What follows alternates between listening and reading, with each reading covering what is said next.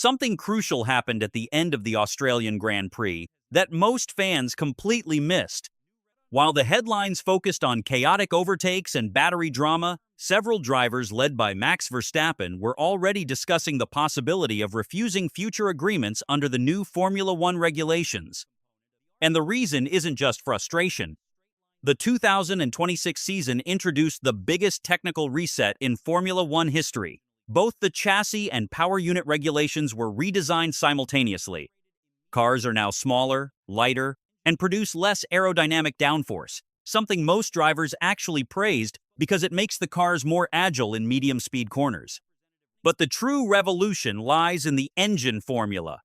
The new hybrid system produces around 750 kilowatts total output, with almost 350 kilowatts coming from the electrical side. That means energy management is no longer just a background tool. It has become the central element of racing strategy, especially on circuits with limited braking zones like Albert Park. But here's the catch. At tracks where braking energy recovery is weak, the battery simply cannot recharge fast enough to maintain full power. During qualifying in Australia, telemetry from George Russell's pole lap showed a shocking phenomenon. His car lost nearly 50 kilometers per hour halfway down the straight without touching the brakes. Because the battery ran flat, drivers were literally lifting off the throttle and downshifting mid-corner just to regenerate electricity. The question suddenly isn't whether the racing feels different. It's whether Formula One has unintentionally turned the fastest drivers in the world into energy accountants instead of racers. To understand why tensions exploded after the Australian Grand Prix, you need to start with the physics of the new power unit philosophy. The 2026 engines were designed to dramatically increase electrical deployment. In previous hybrid eras, the internal combustion engines still delivered the majority of power. Now, almost half of the performance potential depends on battery energy management. At circuits with heavy braking zones, think Montreal or Singapore, the MGUK harvesting system can recover large amounts of energy every lap. But Albert Park is the opposite. Long sweeping corners and extended full throttle sections mean there are very few moments where kinetic energy can be converted back into electrical charge. The result is a completely new racing behavior pattern. Drivers must constantly decide between deploying full power to attack or conserving energy to avoid becoming a sitting duck later on the straight. In practical terms, this means every overtaking attempt now carries a hidden penalty, and nowhere was this clearer than in the early battle between Charles Leclerc and George Russell. At one point in their duel, Leclerc described the new boost system over team radio as like the mushroom in Mario Kart. It sounds like a joke, but technically it's extremely accurate. When drivers activate the boost button, they release the full 750 kilowatts output of the hybrid system. Acceleration becomes explosive, but the battery drains rapidly, meaning the driver who used the boost is immediately vulnerable once the charge runs out. This explains why their battle produced 7 lead changes within the opening 9 laps. Each move wasn't just about braking later into the corner. It was about timing, energy, deployment cycles. When Leclerc attacked, Russell often waited half a lap before responding, allowing his battery to recharge through partial harvesting before launching a countermove. The duel became less about pure driving aggression and more about predictive strategy.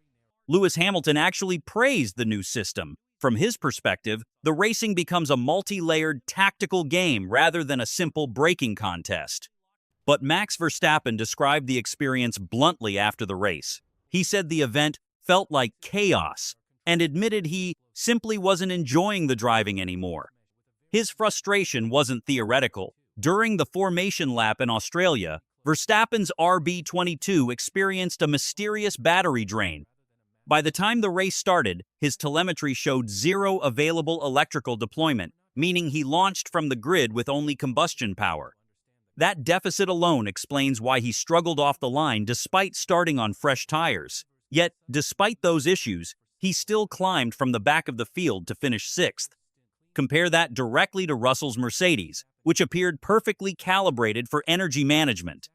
Their deployment strategy kept electrical reserves stable throughout the race, allowing Russell to maintain consistent acceleration at the end of long straights. the uncomfortable implication is clear. Mercedes may have cracked the new formula early, just like they did in 2014 when the first hybrid era began, and they dominated for the following 7 seasons. Lando Norris argued the cars feel worse to drive than the previous generation, but listen carefully to what Russell said in response. He suggested that criticism might be influenced by competitive positioning. In his words, if Norris had won the race, he probably wouldn't be complaining about the regulations. That comment may sound like typical paddock banter, but it reveals something deeper about Formula One politics. Every major regulation change creates new winners and new losers. Teams that mastered the hybrid mapping early, Mercedes appears to be one of them, suddenly gain a massive advantage. Those still struggling with energy harvesting algorithms naturally become the loudest critics. But there's another dimension to this debate that goes beyond performance: safety. During the race start, Liam Lawson's car unexpectedly bogged down due to energy deployment limitations. The sudden loss of acceleration created speed differences of up to 40 to 50 kilometers per hour between cars approaching from behind. In high-density pack racing, that kind of closing speed becomes extremely dangerous. Norris warned that if a car hits another with that velocity difference, the impact could launch a vehicle airborne. Even Russell, who benefited competitively from the new system, admitted battling in energy-saving straight-line mode felt sketchy. Cars exiting corners sometimes accelerate at drastically different rates depending on their battery state. One driver might have full deployment available while another has none. The result is an unpredictable accordion effect in the pack. And from a physics perspective, that's a nightmare scenario for race control, because when speed differentials become unpredictable, reaction time shrinks dramatically. Andrea Stella, the McLaren team principal, is already calling for urgent technical discussions. His concern isn't just spectacle, it's the possibility that these energy deployment imbalances could trigger a massive grid accident. And this is where the domino effect begins. If safety concerns force the FIA to modify deployment rules mid-season, the entire competitive hierarchy could shift again. Teams that invested heavily in aggressive electrical strategies might suddenly lose their advantage overnight. Every regulation cycle in Formula One history has produced this same political split. In 2014, when the V6 turbo hybrid era launched, the complaints were nearly identical. Too complicated, too quiet, too focused on fuel saving. Mercedes dominated that era for 7 straight years. The drivers and teams who struggled the loudest were eventually forced to adapt or fall behind. Whether 2026 follows the same pattern remains to be seen, but the political dynamics are running on the exact same rails.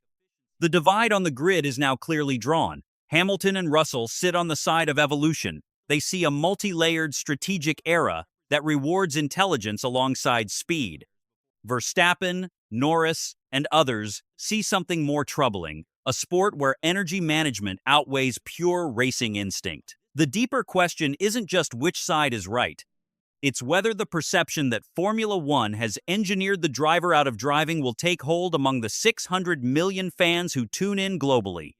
If that narrative spreads, the commercial and broadcast pressure on the FIA will dwarf anything a handful of drivers can generate in the paddock. The FIA's dilemma is real.